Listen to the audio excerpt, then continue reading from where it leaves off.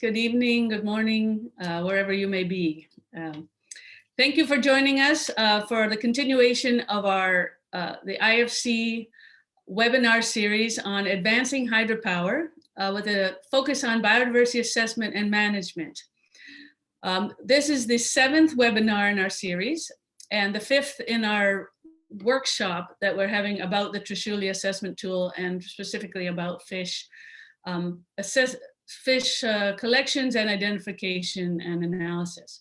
So today we're going to have two very prominent speakers sharing their knowledge with us about Himalayan fish identification. And I'm sure it's going to be very interesting and expand our knowledge a lot about what the fish are in Nepal and how best to identify them and how they fit in with the fish diversity within the Himalayan region. So we're really looking forward to these presentations today. So this series aims to bring together a wide variety of stakeholders to have a dialogue about how to make hydropower more sustainable in terms of environmental and social aspects. And in particularly, we're focusing in this particular series on biodiversity and ecological management of the aquatic ecosystem.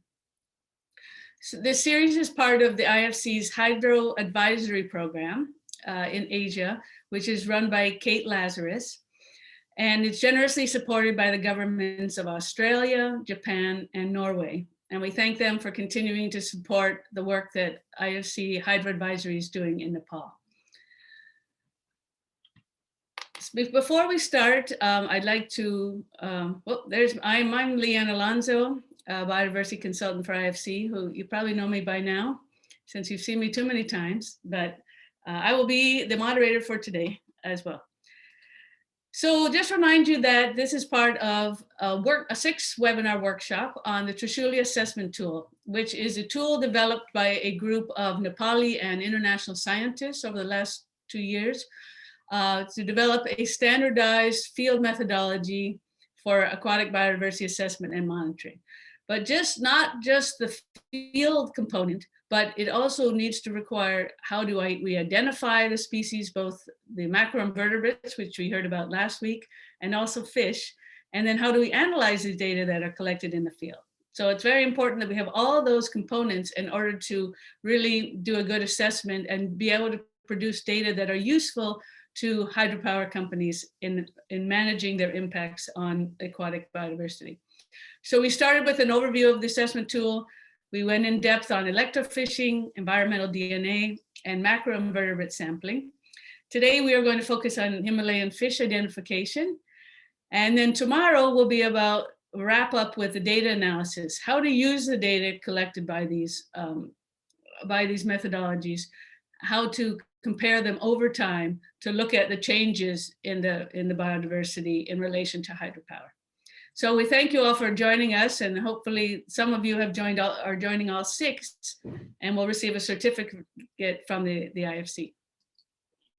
So just a few housekeeping aspects. Today's webinar is 1.5 hours, including a question and answer period at the end. You will be automatically muted throughout the webinar, and we are recording the webinar, so please be aware of that. Don't use the raise hand option, please. Put any questions or comments in the chat, and I will be compiling them and putting them in kind of categories and asking them to the speakers after we've heard both of the presentations. If you need any support during the webinar, please do a private chat to Upasana Pradhan, who can help you out. And I'd like to take this time to thank Upasana for her continued support on these webinars. She's been doing a great job and they've been going very smoothly. Thank you. And then finally, all the materials we will be sharing, so you will receive the PowerPoint and a recording of the presentation afterwards. And if you've missed any of the previous webinars and would like to receive a PowerPoint or a recording, you can contact Upasana Pradhan and she can get that to you. And we will be sending you an evaluation afterwards, and I hope that you will be able to fill that out and let us know how we're doing on these webinars and how we can improve. So, and this one other thing for this particular webinar today, I have a certain challenge to everyone that Special prize will go to anyone who can identify these fish that I am wearing today. Since we're doing a fish identification webinar, I'd like to see if you can tell me what these fish are. So the agenda for today is, first we will hear from Asa Rayamaji from Nepal about Himalayan fish identification, particularly the Nepali context. And then we'll hear from Rajiv Raghavan from India on some guidance on the taxonomy of Himalayan fishes and towards best practices. So after the two talks, we will have a question and answer period. So please do put your questions in the chat for me to collate. So without further ado, I would like to introduce Asa and ask her to please put up her presentation while I introduce her. So Asa has a Master's of Aquaculture from the University of Queensland in Brisbane, Australia, with a special focus on fish pathology.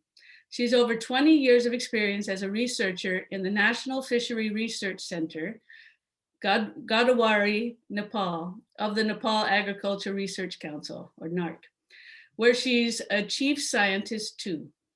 Her research work integrates fish biodiversity and fish pathology and has focused on preparing an inventory of the fish fauna collected from the rivers, streams, and wetlands of Nepal and integrating them into the Fish Museum of the National Fishery Research Center.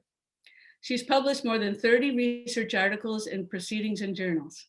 She identified 2 new fish species and recorded a new record from the streams of Nepal.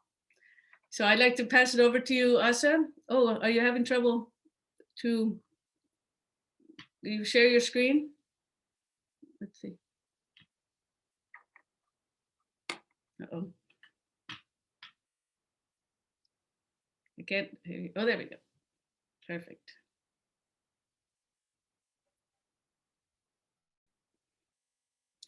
Mr. Napi, you cannot raise your hand. If you have any comments, a question, please put in the chat.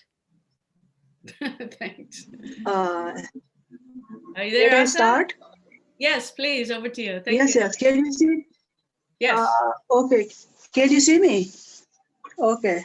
Then good evening to everybody. First of all, I would like to giving my heartily thanks to Dr. Liani Alonso, biodiversity specialist and international finance cooperation, who gave me great opportunity to share my little experience to all. Now I would like to giving my presentation about Himalayan fish identification. I will take 25 minutes of your time. I might not be able to go over all the slides of my presentation. So if you have any questions or confusion, let's discuss at the end of my presentation. Before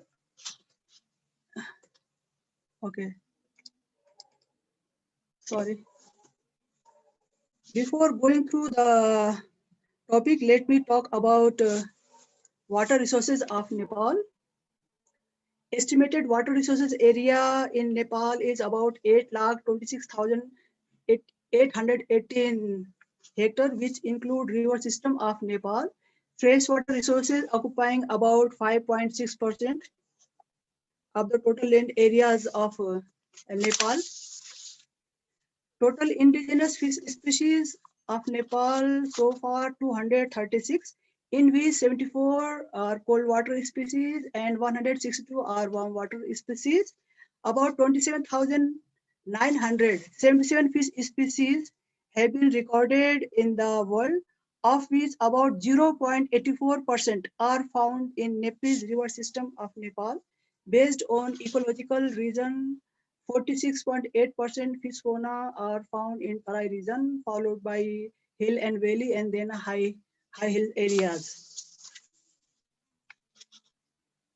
The fish fauna of Nepalese waters belongs to 13 orders. In this sum of slides, my main focus will be on how to differentiate fish species in order wise. Though I will go very quickly. The fish that belongs to Synbranchiformis, they have dorsal and anal fin vestigial. In case of Anguilliformis order, the dorsal and anal fin long continuous with caudal fin, as it is found in Angula bengalensis.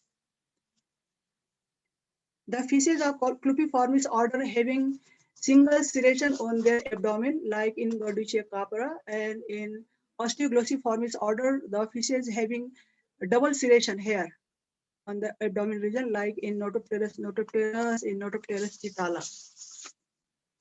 The order Cypriniformis contains the planet's largest group of freshwater fishes with over 400 genera and 3,000 species native to Asia, Europe, Africa, and North America. The fishes of this order have scales on their body, but not in the head region. Some genera like Sizothorax, Denio, Aspidoporia, and many more species come under this Cypriniformis order. Siluriformis order. The fishes that comes under this Siluriformis order, they have no scales on their body, either even in their body also head region also they have no any scales. Rita, Batasio, Misters, Spirita, or many more species comes under this order. Now I will focus on fishes of these three orders. Fishes of Belloniformis order having jaws prolonged into long beaks, and the Cyprinodontiformis fishes, they have a lateral line on their head region, and the order Cheniformis species, they have plate-like scales on their head. So based on these characters, we can differentiate these three orders. The fishes of Synbranchiformis order having rudimentary dorsal fin and anal fin. The order Perciformis fishes, they have two dorsal fin. The first one is spiny, second dorsal, the primary dorsal fin have like the posterior dorsal fin are spiny, spiny, and in case of any Anabentiformis, they have highly folded suprabranchial accessory breathing organ, like Anabas testoideus, Anabas covogeus have this kind of accessory organ. The species of Tetraodontiformis, they are characterized by they have two type they have two large teeth on their each jaws, like Leodon cucuria comes under this order. We only have one species in Nepal. Altogether, we have 130 native species in National Fishery Research Center in Godavari. At Tribhuvan University, they have collected so far 105 species, and Agriculture and Forestry University, they have 113 species. In Kathmandu University, they have 50 species. In Central Fisheries Promotion and Conservation Center, Natural History Museum, and the Center for Molecular Dynamics Center, they are still working on how many species they have. This slide is about mandate of National Fisheries Research Center Godavari. I will just focus on biodiversity related mandate, like the first mandate is carry out germplasm collection, conservation, promotion, and maintenance of genetically improved pure land calves and economically important native fish species. So far, fish germplasm of some native fish species has been kept in pond condition for domestication in various different fish research center under NARC. So far, we have Sizothorax rosarsini, Labio, Dero, Labio, Bata, and many more in the pond system. Further, some carp and native species has been studied based on truss measurement and menistic characteristics to obtain genetically different fishes for aquaculture practice. The second mandate is the survey the potential lakes, wetland, and other water resources for aquaculture, and prepare native aquatic inventory based on morphometric, meristic characteristics, and PCR techniques. So far, 14 wetlands that situated in province 5 and 6 has been studied for their fish fauna assemblies and their macrohabitat relationship. And the third mandate is develop package of practices of economically important native species, labrador species and aquatics, and recommended the competitive advantages species for release. Practice of package of labrador has been studied and has been studied so far, and we worked on some snails so far in the under this mandate. Technique of identification of fish in Nepal. The identification of fish is mainly based on morphometric characters, meristic count, descriptive characters, and we also use local expertise. Most of the time, it helps to identify fish. And the polymerase chain reaction tool is just initiated in CMDN, but we have to we will work later on this also. Morphometric measurement. These are different parts of body measurement. We have to measure all those measurement for the fish identification, including barbels and fin length also come under this morphometric measurement. In the meristic counts, the scales like the lateral line scales, circumferential scales, lateral transverse scales, and circumpendicular scales also comes under this meristic counts. Also the barbels, how many barbels and fish we have to also count. In the meristic counts, required to count all type of fins. Fin rays. Fin rays are two types: unbranched and branched. Uh, The unbranched ray may be soft rays, maybe hard rays. If they are hard rays, maybe they are smooth, maybe they have serration behind the rays or maybe front of the rays. So this way we need to count all these type of rays. And brachiostegal rays count and gill raker counts also very important to identify species. In this slide, you can see the very colorful fish species. The coloration, pigmentation, and bends on body, head, and fins can support to identify species. Such as you can see here, like Opsarius barna have vertical bend on their body. Like in the Gara species, they have the W-shaped bend, and the Paracanthocobatis having the this net brown net working. Like in Beryllus bola having blotches on their ventral side. Like in Rasbora deniconus having that black bend from tip of the snout to the base of the caudal fin. Like in Nazir tar Zilonitis also having that black bends. From the operculum to caudal peduncle region. So these color pattern also help to identify fish species. Flake species promote environmental awareness. They are an important conservation tools. Flagship species of Himalayan water that are dealing in this presentation are 9 species of Cyzothorax and 3 species of tar. The fishes of this genus tar can be distinguished by having large scale and thick continuous lips and by having 2 pairs of barbels. Now here in some key characters to differentiate tar species. If we talk about tar pudictora, they have a greater head compared to depth of the body. In case of tartar, they have the length of head is smaller than the depth of the body. In case of tar morsel, the head length and body depth is almost they are in the same measurement.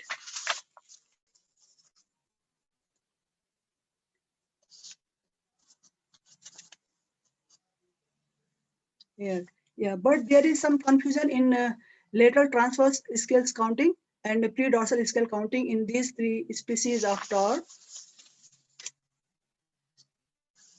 To date, 9 species of Cyzothorax has been reported in Nepal. Some become synonymized.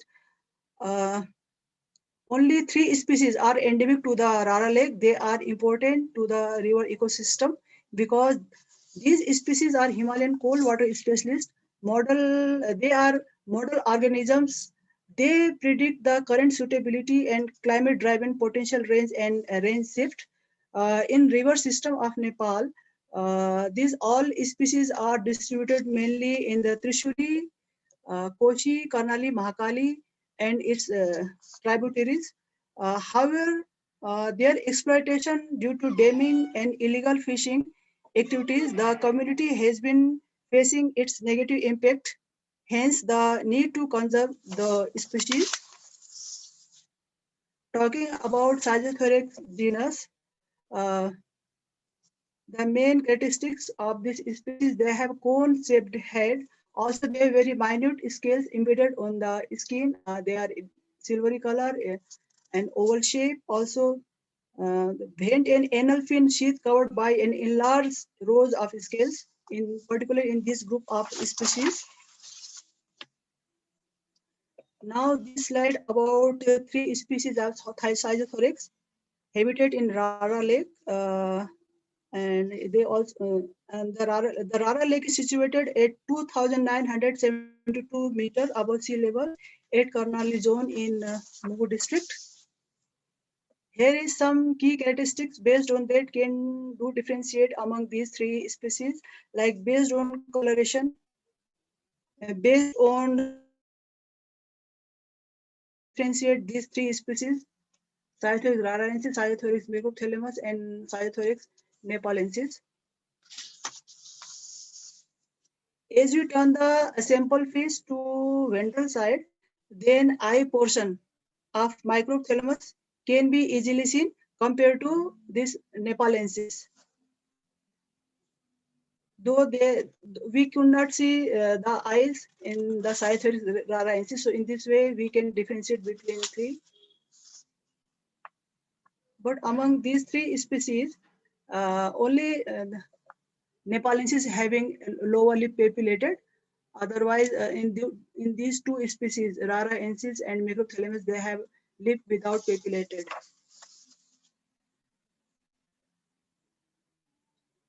Based on body coloration, also we can differentiate these species.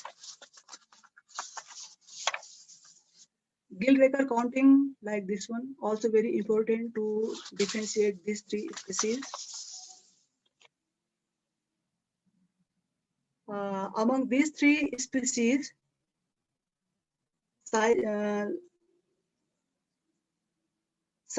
curvifranes having grayish body and barbel and lower lip fold are thin, while Sagittarius niger have dark body and their barbel and lower lip are thick, and particularly the Sagittarius isocyanus have multiple pigmentation on their body above the dots, mostly above the lateral line, and they have silvery color. But all these three species, curvifranes, niger, and isocyanus, they all comes in one group because they all the strip of hard populated structure behind the chin is absent in these three species. Among these three species, if comparing the barbel length, then rostral barbel is long as eye in the Sagittarius progressus.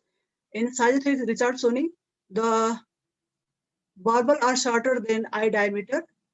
In the Sagittarius labiatus, the barbels are longer than the eyes. So among these three species, the hard papillated structure only found in the Sagittarius richardsoni, which is not found in that two species, the labiatus and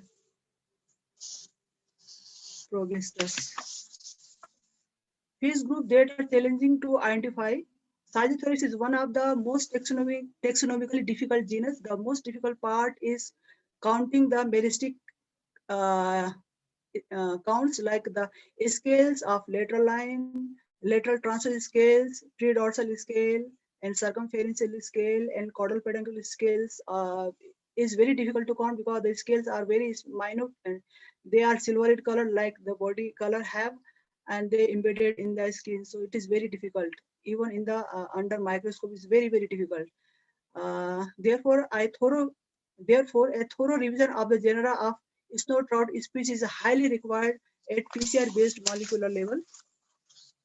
At last, a lot of studies have been conducted on freshwater species of Nepal, but they are mainly focused in lowland and middle ranges. Even this area found to be scattered form.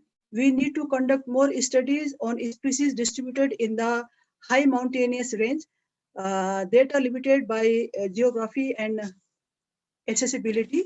If more studies are done in this mountainous range, we would discover novel species unique to the region. That would be a significant contribution to the existing body of knowledge.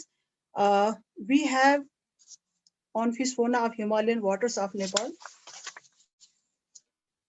To further strengthen our knowledge system, we need to prepare a field identification guide and update fish inventory of Himalayan freshwater fish in Nepal. And lastly, also it is very essential to expand collaboration work in this fish fauna studies of Nepal. That's all. Thank you very much.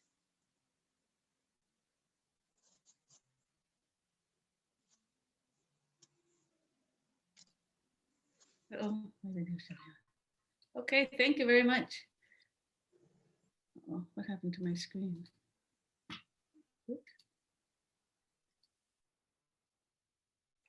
Uh-oh, what happened to me?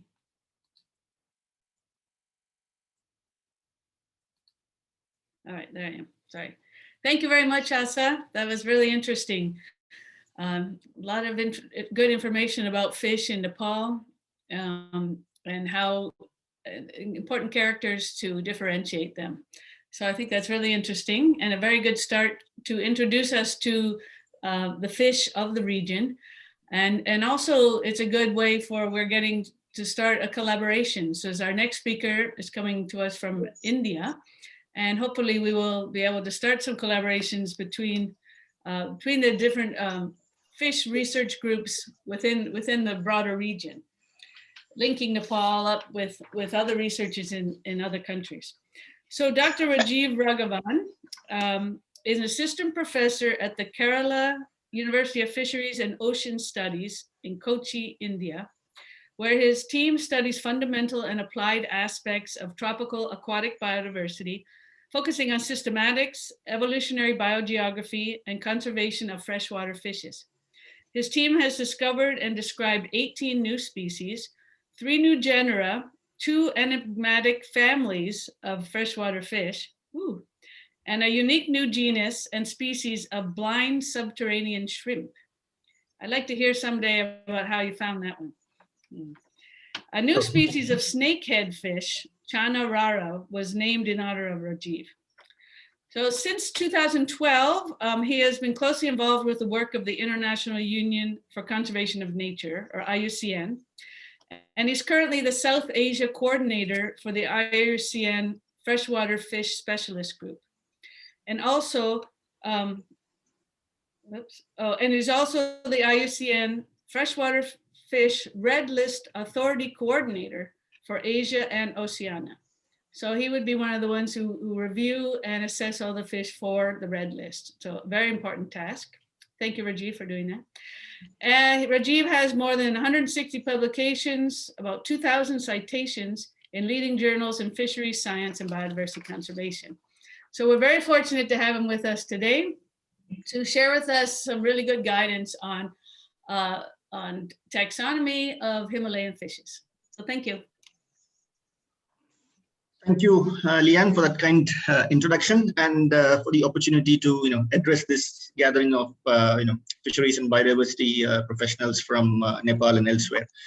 So as Leanne said, I would in the next 20 or 25 minutes try to take you through some of the concepts, best practices that is required to undertake the science of taxonomy. Which I think would be beneficial for the entire country, as well as for IFC and its team, who are involved in a lot of biodiversity related work in the kingdom. So I start with this slide, which just introduces you to what what's in a name, or why do species require names, and for in this context, why do fish require names? So basically, it's for conservation. It's for legal value. For example, the IUCN Red List requires species to have names. CITES requires species to have names. And most importantly, the first point I have on this slide, which says anything that's unknown or unexplored is seldom accounted for in biodiversity conservation. So we require a lot of exploration, a lot of identification, and a lot of good taxonomy that would finally help in biodiversity conservation. So we've almost had 2 centuries of freshwater fish ichthyology or taxonomic research in the Himalayan region, starting from the times of Hamilton in early 1800s. So from 1822, when is the book, which is the most popular or the largest ever taxonomic work that's been done in the subcontinent. The account of fishes found in the river Ganges and its branches was published in 1822 by Hamilton. But despite all this 200 years of ichthyology, we still do not really have an idea about how many species are found in the Himalayas. So, for example, if you take the entire Himalayan region, right from Afghanistan until Bhutan and the northeast of India, we don't yet have a consolidated figure of how many freshwater fish species occur in this region. So this has been a big drawback, despite all this research that has gone out in this area. So I'm sure most of you are familiar with these books and resources, which I think are probably the only 1 or 2 or 3 popular books that has been written, consolidated books that has been written on the fishes of Nepal, and which I think are still used by a lot of students and researchers and consultants and so on. So, but if you look at the evolution of literature here in Nepal with regard to freshwater fish, you can see I've given 4 or 5 most important references, starting from Shrestha's work in 1999, which says 59 native species and 2 exotic species. This was increased in 2002 to 185 plus 12. And then you had different numbers coming from different publications in 2008, which said 191 native species, 9 exotic species. Fishbase reports 240 native and 16 exotic. And today's talk by Dr. Asha had a figure of 236. So there's still a lot of a new species being described, new records from the country of species that have not been found or been recorded previously. But we still have a big knowledge gap there regarding how many species are there in Nepal. Once a comprehensive sort of analysis takes place, taking into account updated nomenclature, updated taxonomic status, etc. I'm sure all these figures would change. So for the next 1 or 2 slides, I'm going to tell you some of the most important information that as fish or ichthyologists we need to keep in mind. So one is the fact that taxonomy is not identification. So this is something that I keep telling my students, I keep telling my the people who I address during talks, because most often taxonomy ends with just identifying the fish or for that matter any other species that you're working on. And the next 2 points are really not only about Nepal. It's the experience I have with the Indian subcontinent as well as the other countries in and around South and Southeast Asia, where 90% of taxonomists or rather people who work on fish taxonomy have very little idea about the principles, practices, concepts of taxonomy, systematics, or nomenclature. So they are more or less fishery biologists, ecologists, probably naturalists, biodiversity experts who were forced to work on fish, or who took up fish because of organizational demands or other reasons, but not professionally trained in the concepts of taxonomy, in concepts of systematics, etc. And the end result is that most of these people throughout this region actually only carry out identification, and it's not really taxonomy. I'll tell you why. The other main point I would like to make here is that taxonomy is not really based on books, nor is it based on photographs or images. So most often, people identify fish based on books, based on field guides, based on photograph images.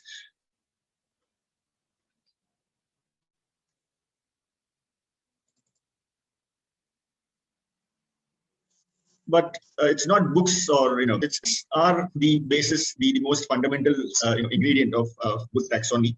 And the point number 3 here is something that should be the most important point, or rather the most important point that I would like to make in this slide is never ever compare a specimen with a book. So if you have a fish and then you want to compare it with another fish, but then you have the details of a fish in a book, that's a wrong way of doing taxonomy. So if you want to compare species A with species B, you will have to have specimen of species A and a specimen of species B, and not a specimen of species A and an illustrated version of the fish in a book of species B. So that's something that we should all keep in mind while doing taxonomy.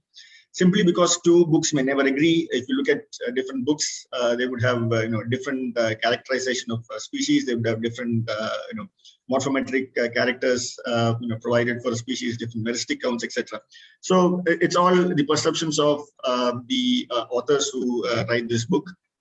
So this is a point that we should all keep in mind while doing a good taxonomy, that the specimens are the basis of taxonomy, and you should never compare a specimen with a book.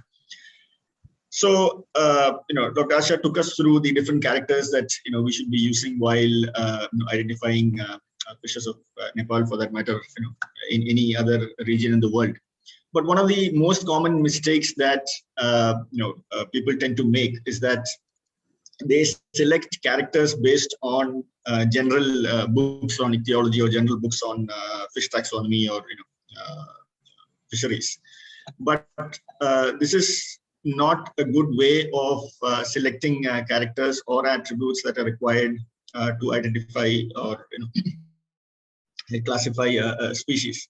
It's basically description papers, scientific papers on groups of fishes. There are hundreds of scientific papers written on specific groups of fish, which provide, for example, so this is a paper in Zootaxa, which is about standardized measurements, how to take morphometrics and meristic counts for the order Cypriniformes.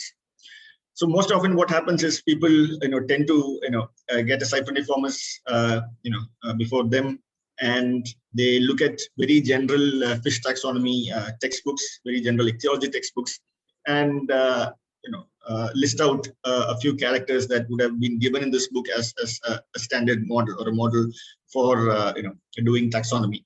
But then taxonomy has evolved. The process of taxonomic measurements, counts have all evolved group-wise, family-wise, order-wise, and there are very updated, standardized literature that is now available for each groups. So instead of really looking at outdated books which give you very general measurements or counts for identifying fish, it is always better that you use updated literature, scientific literature that's available in journals. So the whole point there is to keep yourself updated and not look at books that have been published, say 10 years back or 20 years back, because every year there's lots of information being pumped in on the taxonomy of several groups of fish. So taxonomy is a comparative discipline. It's not something that should be done in an absolute way. It's relative to one another, because there's always a need for comparisons between A and B, between A and C, or B and C, and all that. All diagnosis of taxa, species, genera, families are all relative to one another. It's basically distinguishing or differentiating taxa 1 from taxa B, species 1 from species B, etc. And as I said, it's always comparisons should be made between specimens and not between specimens and descriptions in a book or in a field guide. The whole concept of taxonomy, the whole concept of lineage system of taxonomy is by definition very unstable, as taxon names that have been used for a very long time can be replaced by new findings as the whole information that becomes available keeps getting updated as taxonomy gets evolved. There's lots of updation that's been happening in this world. As a result, the main point there is number 3, which says old identification keys. So old in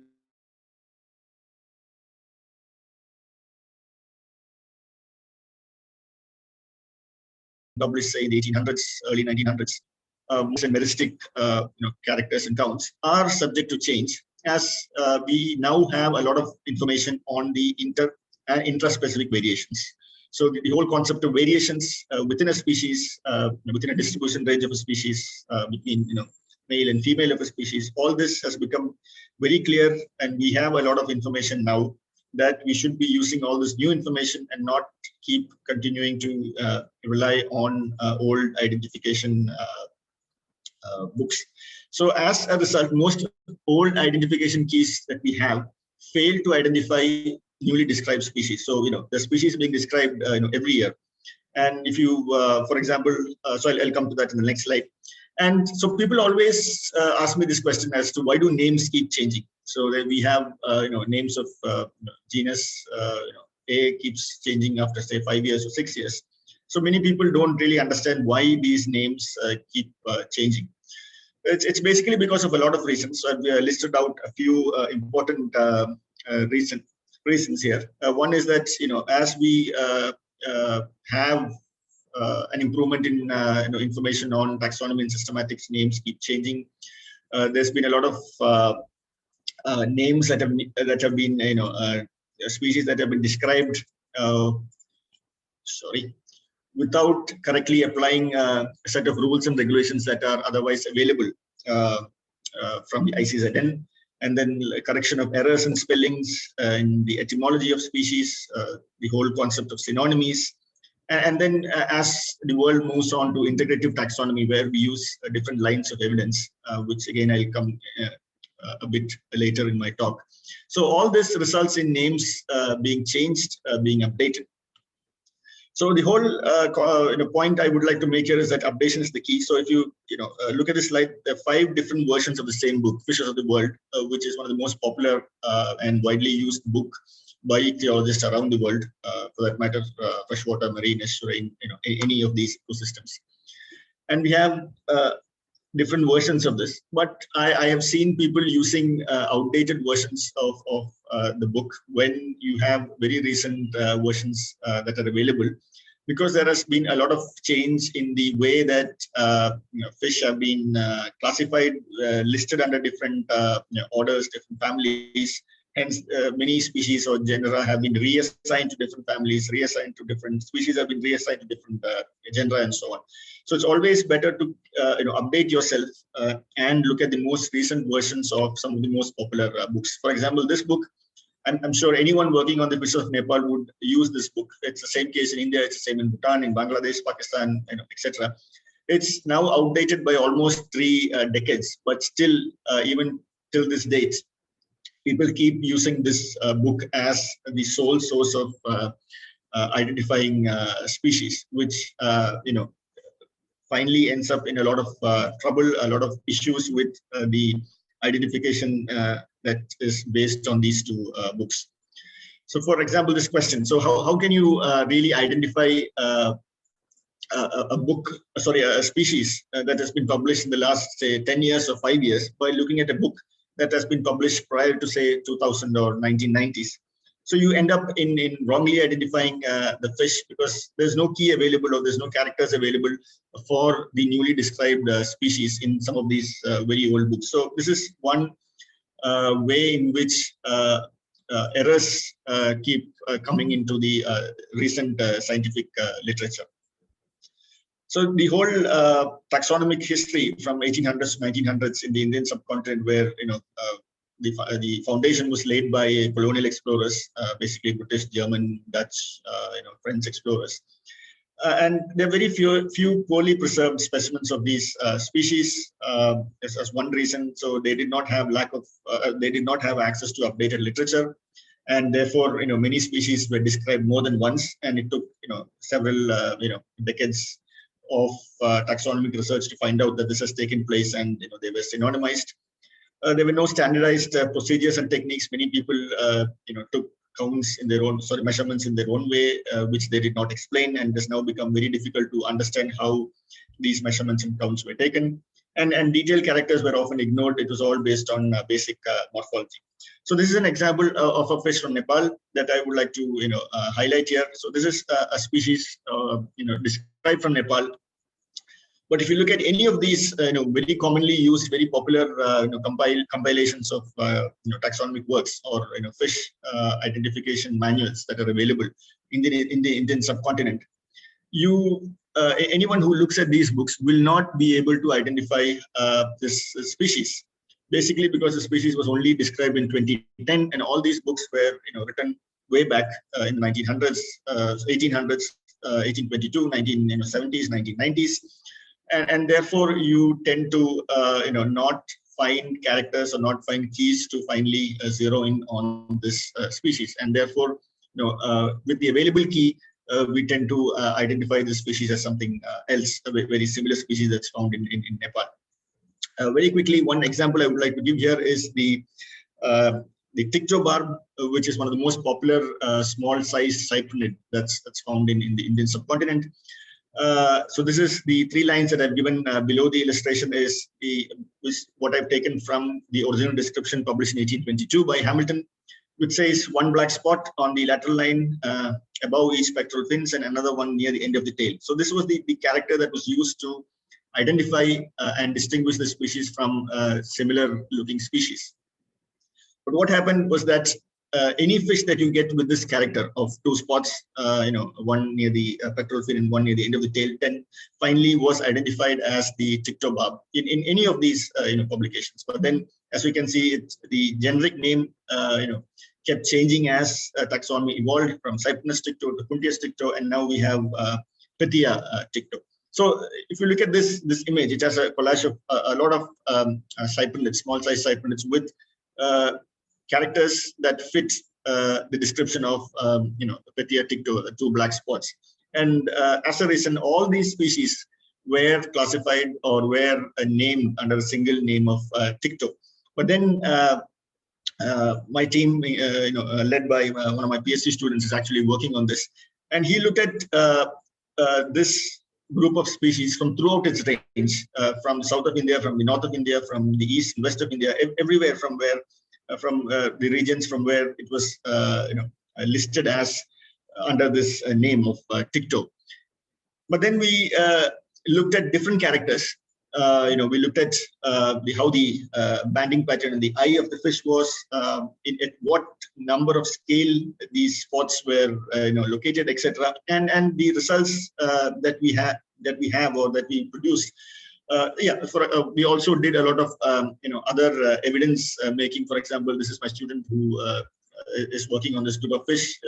He looked at the radiographs of fish looking at this vertebral column, and the end result was that we could finally come out with at least 6 or 7 new species which look very similar, but then with a detailed look at its morphology, at its morphometric meristics, DNA and osteology. They were completely different fish, but all these species had this characteristics to blotch. But then they had different, as I said, different banding pattern in the eyes. The spots were located on different, scales in the lateral line, etc. So this is why we want researchers to look at species in a very detailed way and not really rely on outdated literature. And when you have a fish in your just before you, and you see 2 spots and then you immediately identify that as a species A, when it could be a different species. So these are just different species that came out from this study, which all, as you can see, have these 2 black blotches. They were completely different, in their osteology. They were completely different in their genetics. So now the second part of my talk, of the next 10 minutes or so, I will concentrate on the whole, advent of molecular taxonomy, the which has revolutionized the whole field of taxonomy, not only for fish, but also for other aquatic organisms. So most researchers who tend to work on molecular taxonomy of fish, for example, have absolutely no relation to ichthyology, or they've never learned ichthyology in their for their university studies or for their PhD. They're basically biotechnologists or molecular people, and not really biologists. And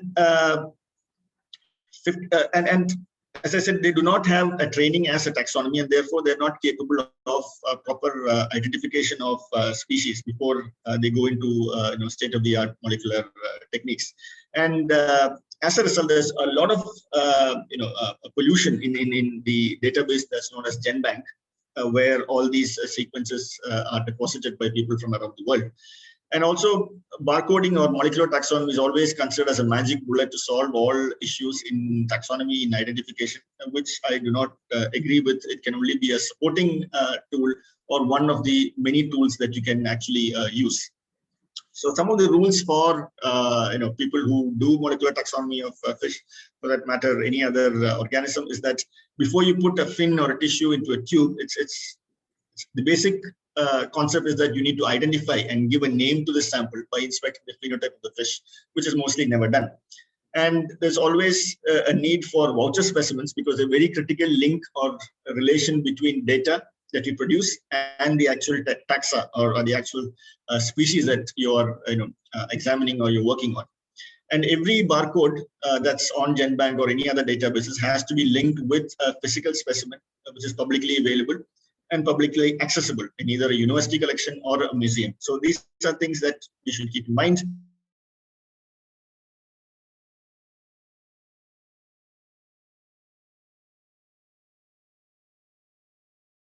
Genetic sequences should, as far as possible, be used only from the locality of a fish, which is known otherwise as topotypic material. Basically, because when you look at a larger analysis, you find that there's a lot of genetic difference between a species A that has been collected from far away from its type locality when you compare it with the actual specimen taken from its type locality. So there may be a different species that you're looking at. For example, only less than 20% of the sequences of Indian freshwater fishes on GenBank really originate from topotypic material. So this is not a problem only for Nepal; it's a problem throughout the subcontinent. One very recent example, a paper led by my PhD student, where we worked on a group of mountain loaches, balitorids, which are also present in Nepal, where we found out that, so before we published this paper, there were 15 barcodes of mountain loaches from southern India on GenBank. And when we did a larger analysis using new samples, using a range of from a lot of other sampling locations throughout this distribution range, we found that all of these 15 available sequences were wrongly identified. So this is the level of misidentification that is spoiling the entire analysis for people who do not know that there is no quality check in GenBank. For example, there's no quality check in GenBank. When you submit a sequence, the check is only for a technical check for the quality of your sequences, but the people there do not really care if you misidentify a species, or you give a different name for a species. So this is something that people should keep in mind. So how do you check for misidentified sequences? One thing that you can do is, if you're working on a species A, you can take all the sequences that are available on GenBank of that species, compile them, make sure you go to the type locality, collect a specimen, barcode that, so you have a definite identified sequence of that specimen, and then you run a tree, and then you can find that some of these specimens sit in different places in the tree. They have a very large genetic distance that actually tells you that they are two different species. So these are very important concepts before you start building big genetic databases, before you start doing eDNA studies and so on. So some examples of bad taxonomic practices: not examining type material, not consulting original descriptions, and relying on scientific literature compilations, not understanding nomenclature, describing species based on a single specimen. So this is something very common in the Indian subcontinent. So do this only if it's extremely necessary, and only if the taxon is very unique and very distinct, because you need to understand variations between within a population, a variation between sexes. As I said, sexual dimorphism can finally make you think that male and females are two different species based on sort of very drastic sexual dimorphism that a species shows. So you need to understand sexual dimorphism, you need to understand variation. So only if you have a range of specimens, juveniles, adults, males, females, only then would you be in a correct position to very strictly follow the rules and identify fish.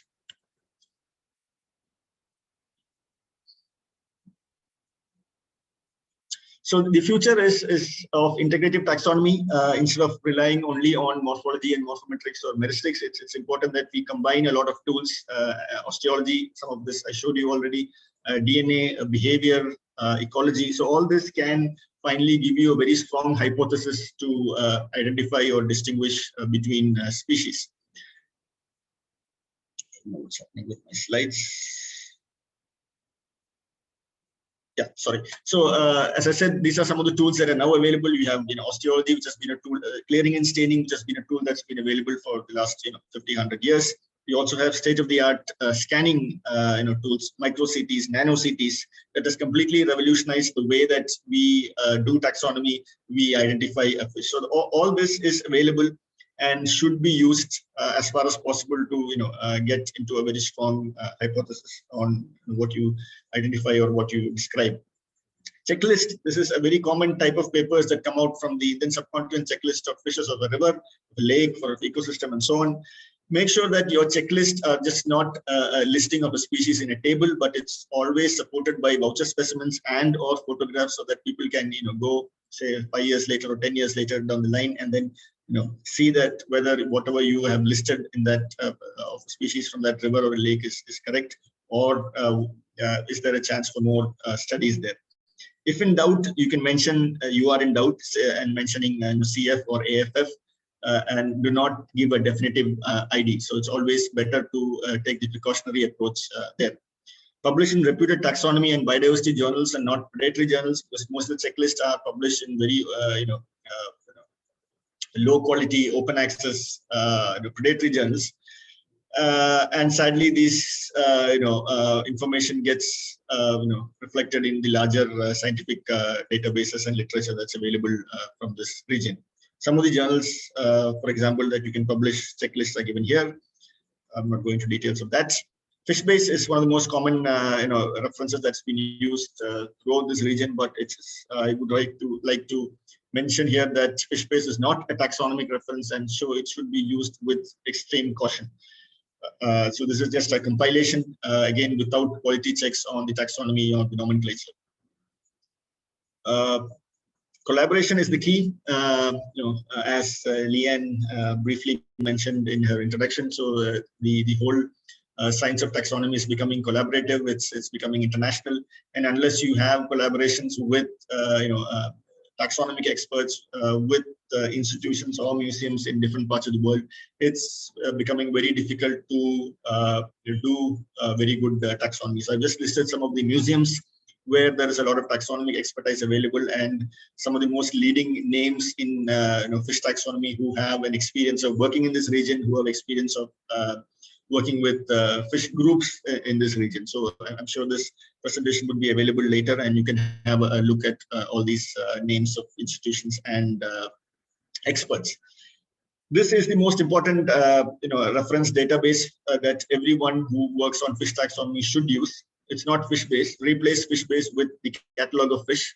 This catalog of fish is an extremely important repository database of information and knowledge on fish. So make sure everyone uses the catalog of fish for updated names, updated taxonomy, etc.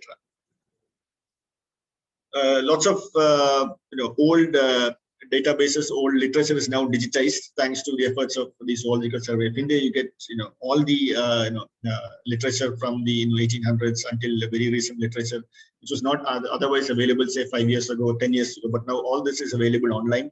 From just with the click of a button, you get all these extremely old taxonomic literature. So start making use of these.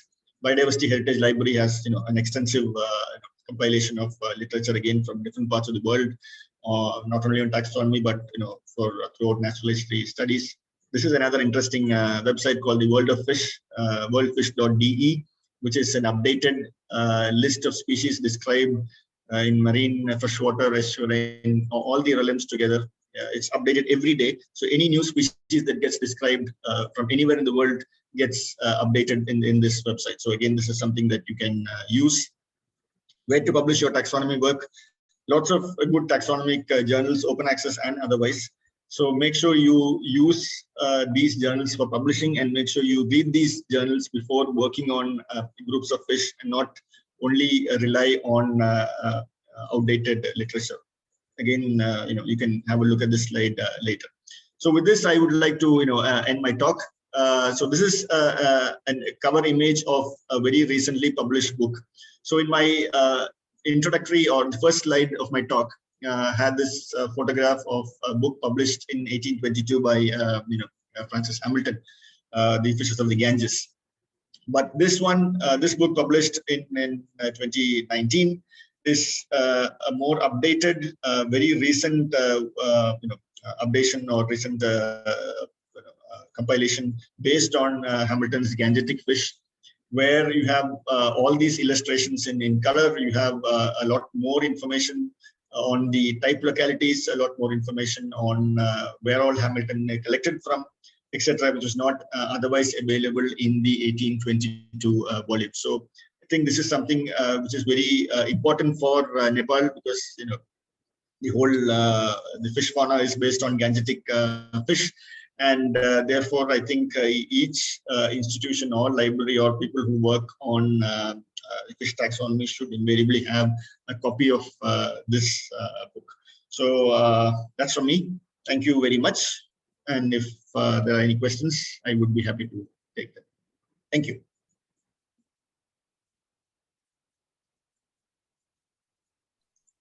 Great, thank you. Thank you very much, Rajiv. Thank you, Leah. Excellent. Both of you, very excellent presentations. Thank you so much. It's great to get all of us really into fish and thinking about all the fish and how to identify and make sure we're getting the right fish identified throughout the region.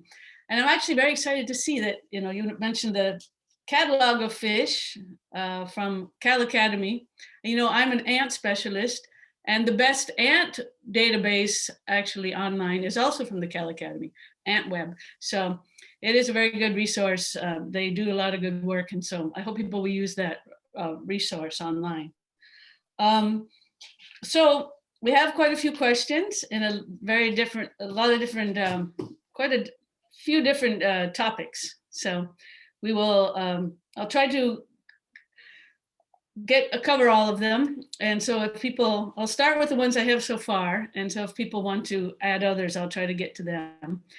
And so I'll start, we have some about taxonomy, which obviously is going to be a focus of today. So we'll start with the taxonomy kind of questions. We have several questions about collaboration and training and how to keep this going and promoting and improving our identification techniques. And we have a couple others about about using the data, using taxonomy and data. We also have questions about references that I think I'll put in with the taxonomy. Okay, so one question came from Suresh about what so both of you, I don't know, where's Asa? Are you still there, Asa?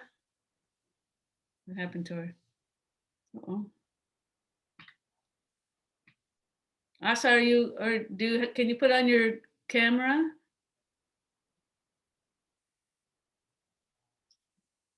Uh-oh, where'd she go? Oh, she didn't drop. Yes, hello. Oh, there you are. Good. Yeah.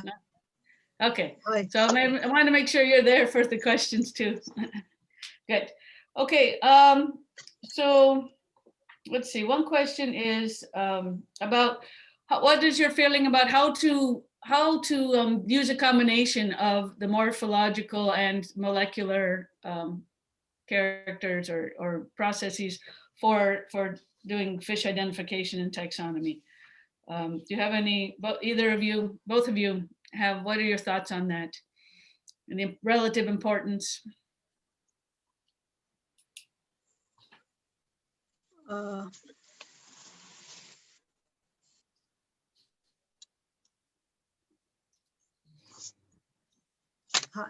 it's question for me. Oh, either of you. Rajiv, do you want to start? I mean, kind of Yeah, what's your I approach could. and your feeling on which is more important, or are they both important, or how would you go about it? Yeah, so I think it's basically the whole concept of integrative taxonomy is based on the concept that the more the evidence you have, the stronger your result. So I think it's basically using a combination of evidences, morphology to start with. That's the basis of all taxonomic work.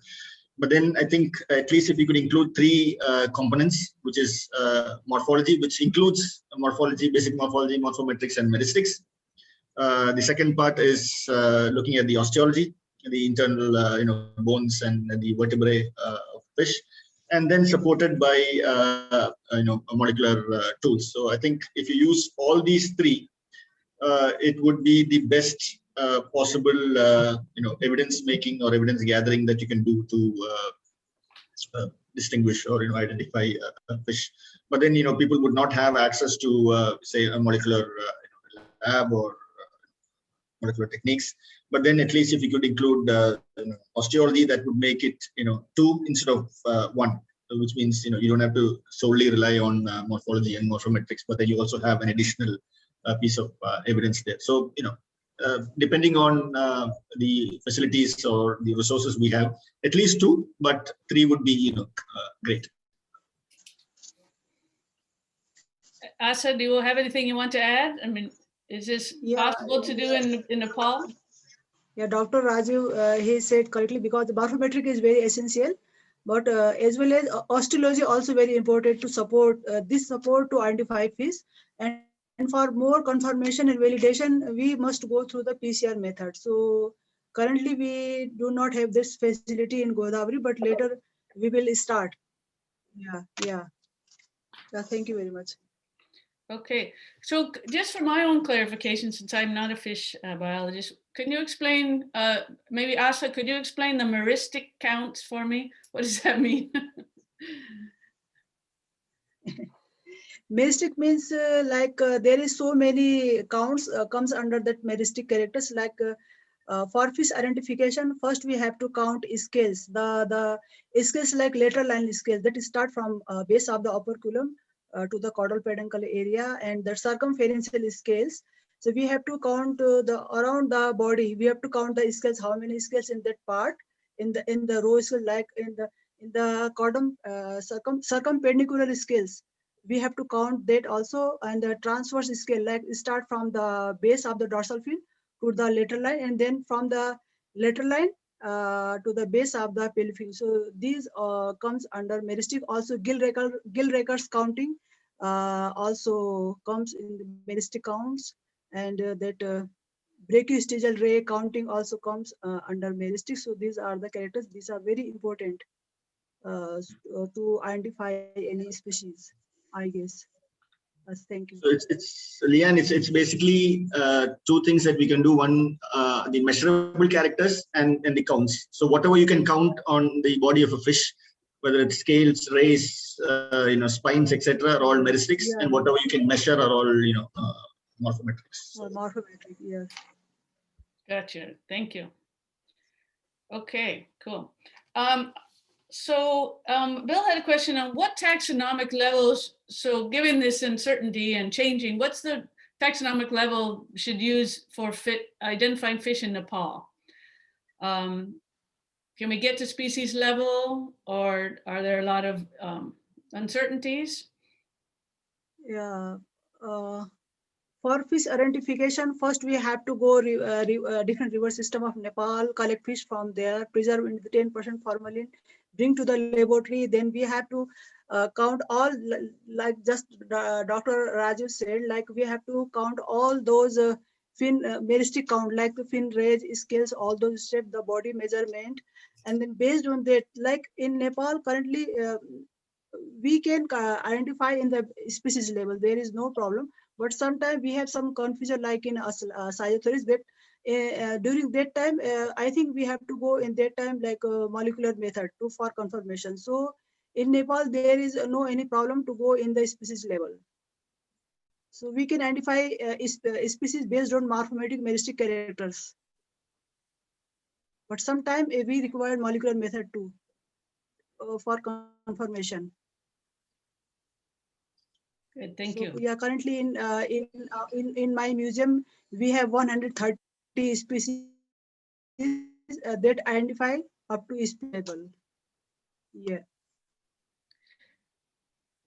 And are these specimens, so Rajiv was suggesting that it's very important to compare, like if you don't know what the fish is to come in your collection available for people to come and use for comparing to their collections? Yes, yes, yeah. They can bring their specimen and compare with our specimen what we have in our museum. And they also go in natural fish museum because some species are over there, some in CMD and some in they species are in scattered form in in the Kathmandu University, in like in Tribhuvan University.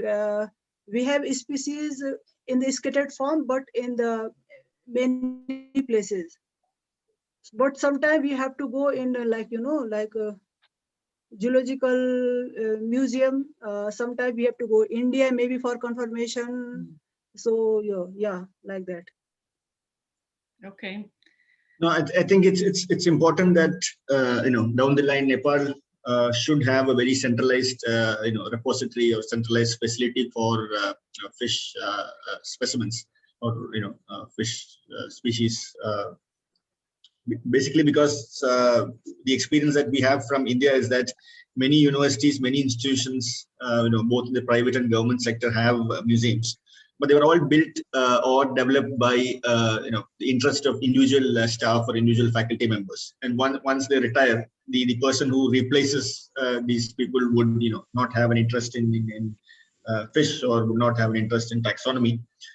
Because basically the whole concept of universities is moving to interdisciplinary studies. So a taxonomist may not be replaced by a taxonomist. It may be an ecologist or a biologist replacing them. So unless we have this, so to make sure that there is continuity, to make sure that specimens are well preserved for generations, I think it's important that Nepal should have a central and institutional facility where all the fish of Nepal can be stored, if possible, digitized and made accessible to researchers from Bhutan or from India or from other parts of the world. So I think that's Yes. the next step that. Yes. Yeah, that's good. That's true. Yeah, that's true. And so, so what if a person cannot, say you have to do identifications in the field, and you can't go to, you don't collecting everything. And I mean, obviously you try to collect a specimen and take it to a collection, but is it possible, I mean, people can you identify these fish species, for example, Rajiv, in the field without like microscope? And particularly schizothorax species, I wonder about the taxonomy and the ability to identify those well between them in the field. I think that's something that we should avoid. Basically because I showed you the examples of some of the most common species, which people thought was extremely common, found throughout the Indian subcontinent, which is a complex of more than 6 or 7 species. So that's about a very common, very simple fish. But then Schistothoracians are extremely notorious for their taxonomy, and it's even for a trained person, I think you need a range of specimens to actually conclusively ID a Schistothorax. So I think. As I told you in one of my slides, specimens are the basis of taxonomy, not really photographs or images. So it's important that we have a physical specimen. I know that sometimes it's difficult to collect and transfer them back to the lab. But if it's possible, yes, that's the way to go. But if it's not possible, then we should definitely work with whatever we have. Bill, does that answer your question? And or would you like to? You're on the mute still.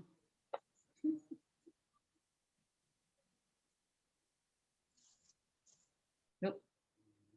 No, you can't get unmuted. Oh, Upasana, can you unmute him? Or no?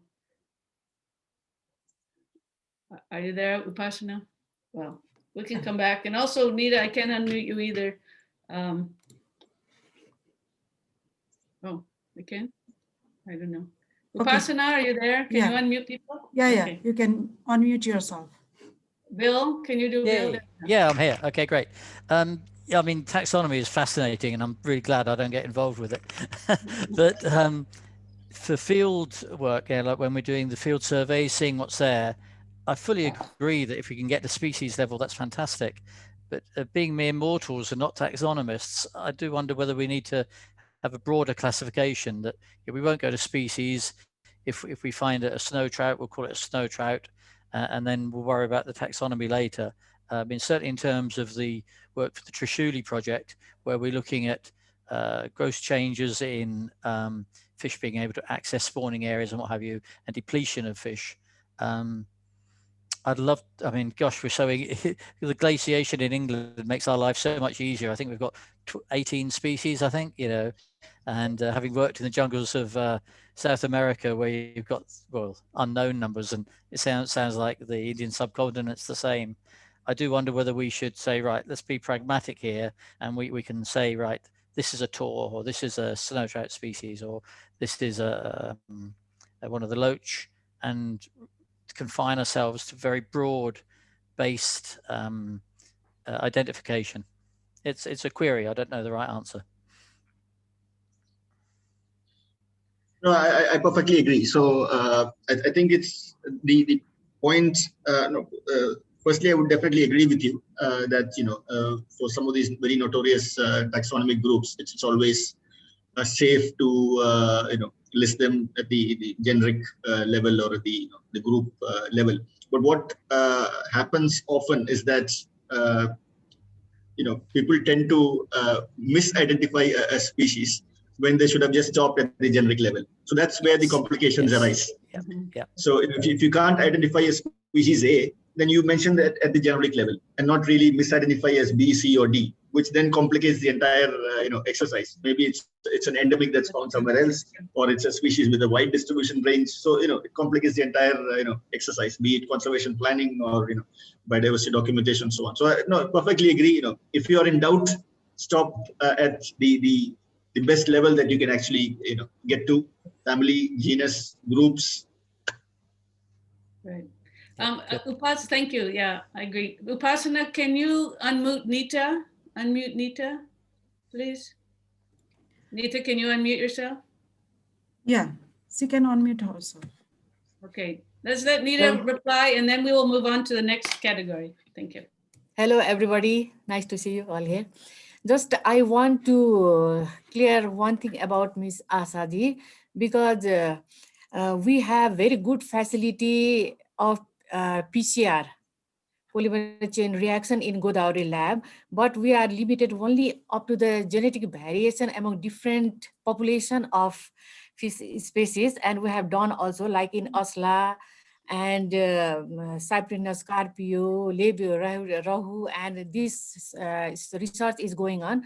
But we are not able to identify on species on the base of the molecular level because due to the lack of the trained manpower. But we have very good facility in Godavari in molecular up to PCR, and we are also trying to do on the how to say page also. We have all equipment, but the problem is our trained manpower. Thank you very much.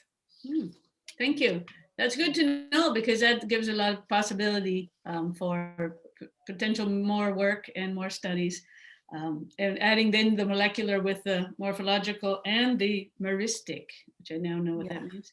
So let me move, because since we have just about 10 minutes left or less, I'd like to move just about how do we proceed, how to build better, more collaboration now between, both between taxonomists and fish experts like Rajiv in other countries and those in Nepal, but also with ecologists like Bill and those of us sampling, and also like for the ESIA work, that's a whole different set of people usually with consultants, maybe university researchers, students doing a lot of the work. So how to build a collaboration and build up capacity for understanding that there's these changes and keeping people up to date on these taxonomic changes, getting them, having people trained to be able to identify, understanding at what level, like we were just discussing, and also just sharing information and that kind of thing. So I'd like to hear from both Asa and Rajiv about how you see some next steps about how to build some collaborations to move this forward.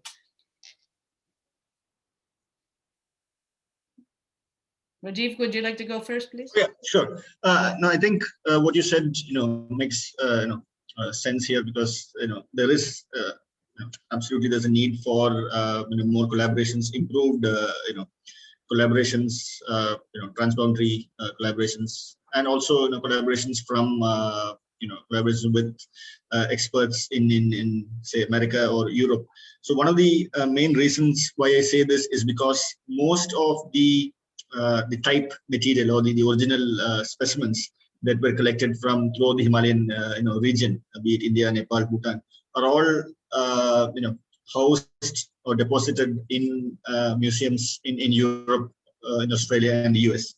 So unless the community has links or the community has collaborations with ichthyologists working in these museums, it's really difficult to get this process moving. So I think first is to start collaborating with people in museums where fish from Nepal, fish from Bhutan, fish from India are actually deposited by the colonial explorers, and then I think a series of training workshops, bringing the best taxonomic expertise that's available both in the subcontinent and elsewhere. So I think it's a combination of both. We can do remote collaborations with these museums because most of these museums have digitized collections.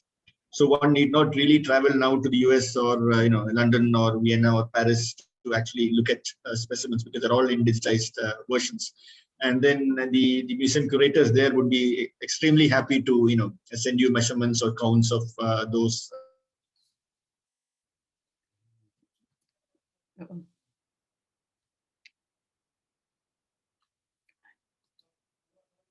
Fish specimens. So we are unable to. I think there can be substantial work that can be done by sitting at our lab or universities. But then there's also a need for in-country physical training, be it in the field or in the lab. Bringing together, I think, molecular biologists, bioinformatics people, fish taxonomists, ecologists, so that we can all work together and improve the knowledge of Himalayan, for that matter, any fish fauna of any region. Excellent, thank you. And Asa, how about you? What do you feel? Uh-oh. Where'd you go? Uh-oh. Is she still there somewhere? Oh, I don't see her on there. Oh, I don't see her, but are you there? Well, hopefully she feels the same and agrees. Yeah. Oh, there she is. As Dr. Madhavan said, yeah, it's a good idea to have a collaboration between molecular expert, ecology expert, and taxonomists of different country, even India or foreign country or Nepal. We should collaborate. We can exchange our knowledge, and we can work together, I think. Great. Also, training also a very good idea. So we can share knowledge. Excellent. Yeah, I think, everywhere, I work with IFC, obviously, and we work on hydropower. And what I do is review ESIAs a lot. And I find everywhere we work, there is a lot of disconnection between people doing these ESIA work and then people doing an academic research or taxonomy or even ecology. So it's really better to put people together and try to learn from each other, and so that we're having the best process going forward for all of these different aspects together. So this is a great, and we do hope, so why we're having these webinars is obviously because there's a global pandemic and we cannot get together. But we do plan to have IFC does plan to support some training, in-person training on all of these different topics in this workshop from our February workshop.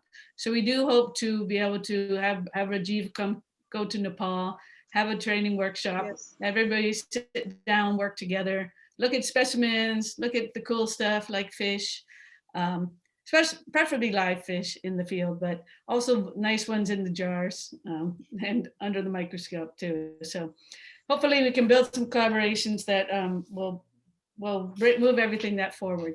So I'm sorry I didn't get to all the questions, but if you have any burning ones, I'm sure that Asa or Rajiv would be able to answer your questions directly if you want to email them. And I just like to end with my necklace here. I think I had a contest to see what is the what fish is it. I do see that there's some large scales at the front that I see that Tor has, but the rest of it is kind of smooth, maybe like a schistothorax, which many people guessed. So I'm going with schistothorax, ocelas. So those of you who made a guess about the schistothorax, good job, and we're going with that in my necklace. So why don't we call it as Lianictis? Well, yeah, new species, even better. New genus. All right, I like that. Good. So thank you everyone for joining. And we will, if you have additional questions, I'm sure we'll be able to address them to the speakers. And please do fill out the evaluation form. And we do hope to have some follow-up on this as well. So really thank you all for joining us and having a good discussion. And we look forward to continuing to have these kind of discussions and bringing more and more information about biodiversity assessment and management in Nepal. All right, thank you. Thank you, Leanne. Thank you very much to Asa and Rajiv for their great presentations. Really Thank you. enjoyed Bye. it very much. Thank you, everybody. Bye. Thanks for your presentations.